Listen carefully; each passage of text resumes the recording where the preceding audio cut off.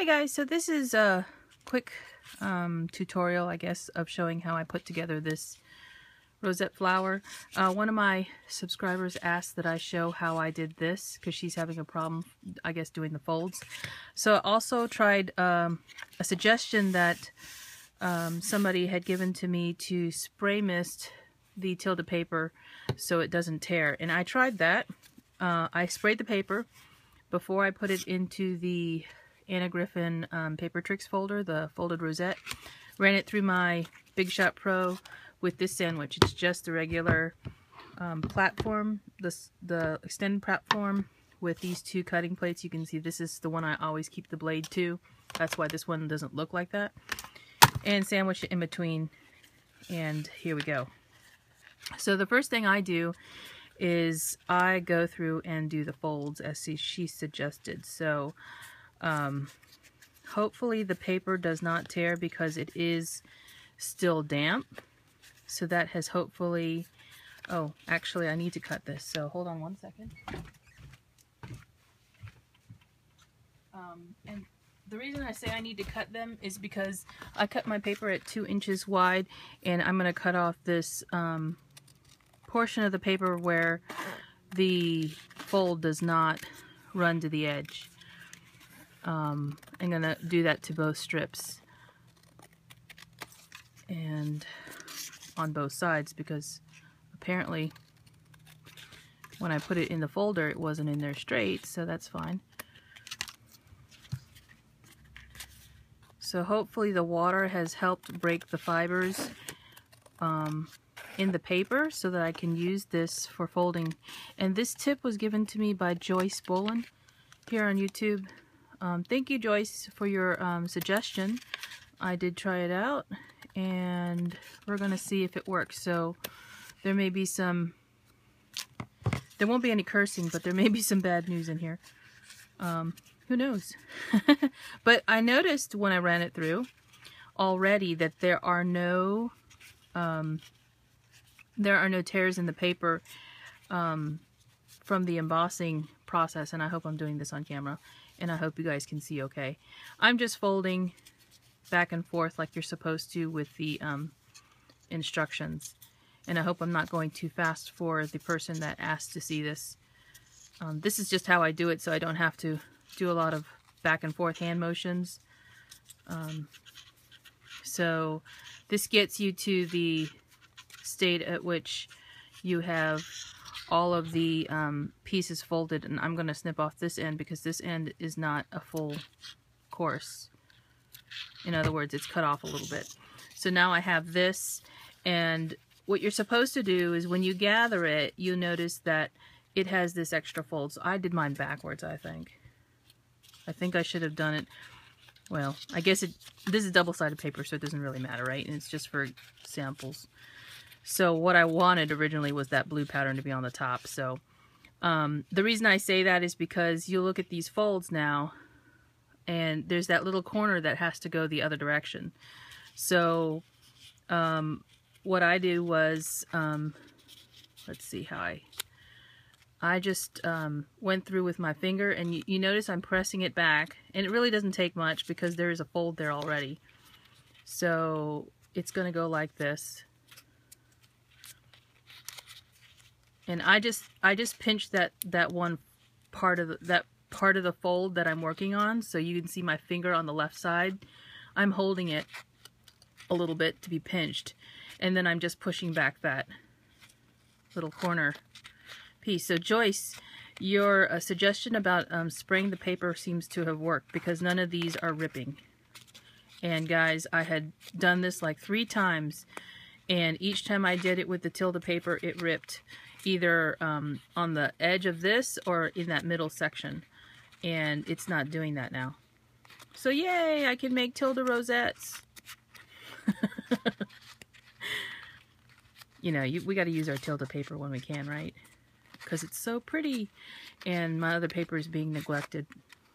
I might have to de-stash. Wouldn't that be fun? No. But I do have too much paper, and I keep buying more. I can't help it. It's so pretty. So you can see me folding each one, And I'm going to go ahead and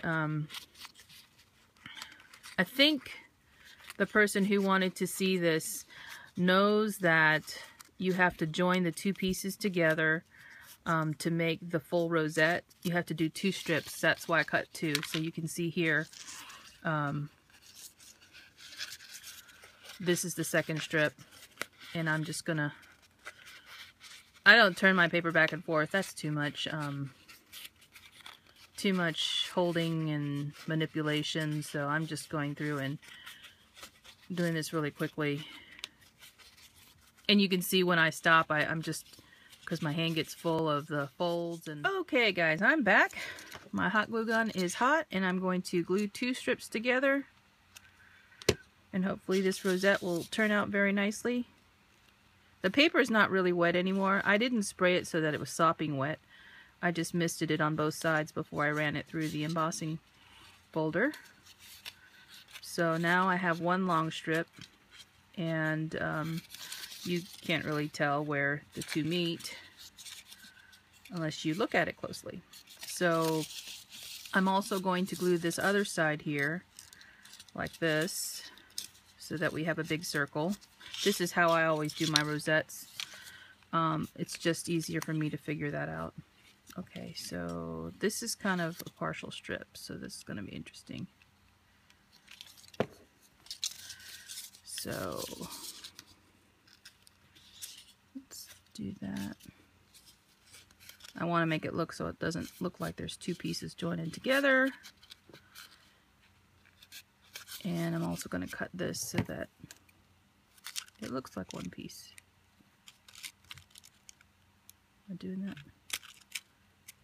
Okay. Good enough, right? So then now you just have this big circle, and you notice that the folds are like that. So what I do is just lay it down like this and then press it flat so that I can use my hands to maneuver it into place. And this is going to be the front of my rosette because you can see the folds are going to the back on the tips. So I like to try and scrunch it together as much as possible before I try to place my piece of cardstock, which I've cut. This one's kind of irregular. This is the back side because I didn't cut it all the way, but this is going to be the front piece, and I'll place it over top. Now this is kind of a big circle. I don't know if I want to do that. Hold on a second, guys.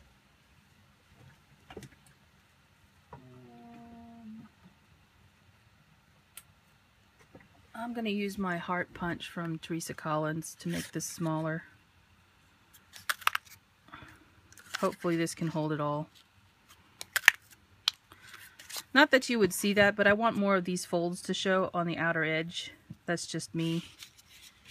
And you can see that the hole in the middle is pretty small anyway. So I'm going to, actually I'm going to do this from the back. Maybe, or maybe not. Sorry guys. I just want these folds to be kind of evenly spaced apart. So, yeah. Now I have to hold this so that it's scrunched, and I could put my hot glue in the circle, not in the circle, but around the circle, and then put my heart down. And you have a little bit of time to move the pieces around, but also you got to keep it in place so they don't pop out of the shape. So that's kind of how I work mine, so that I can push around the spokes and they're evenly spaced, like this one is not.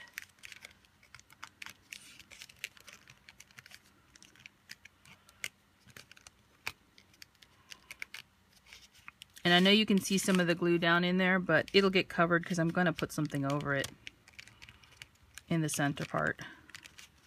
So you can kind of see this taking shape now.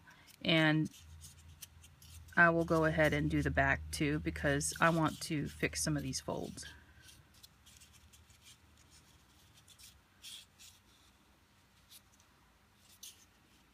Okay, so I'm just going to fill the center with glue and then also around the top, and then put this down this direction. And I'm just going to kind of move some of this around. Now the hearts are not, obviously, they're not facing the same direction on the back, because that's the back. You'll never see the back really, unless I put it on something where you can, but I doubt I will.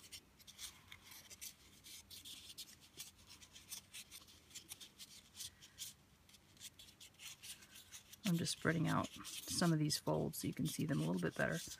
Yeah, so that's how I did this. I don't know if this helped that individual who was asking about it, but these two rosettes are the same, just done in different paper.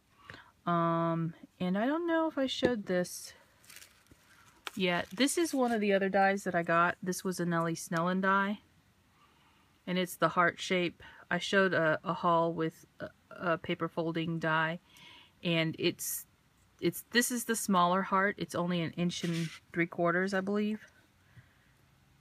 Yeah, 1 3/4 inches by 1 3/4 inches. So this comes from Nellie's Choice or Ecstasy Crafts, and I bought this online at Amazon's website. These dies aren't new. They came out a couple years ago. But what you don't see in the center is there's holes in the center, and they show in their tutorial that they actually use thread to sew it together instead of hot glue. I used hot glue and put this heart over it on both sides. It would probably be really pretty if you sewed it, you know, ran the thread through the holes and pulled it tight to bring the center to the middle. But you'd still have a hole in the middle too to cover up. So that's how that die came out, if anybody's wondering. And again, this one has two sheets of folds too, so you have to do the glue technique like I just did with this one here. So I hope that helps, and thanks for watching. Talk to you soon. Bye.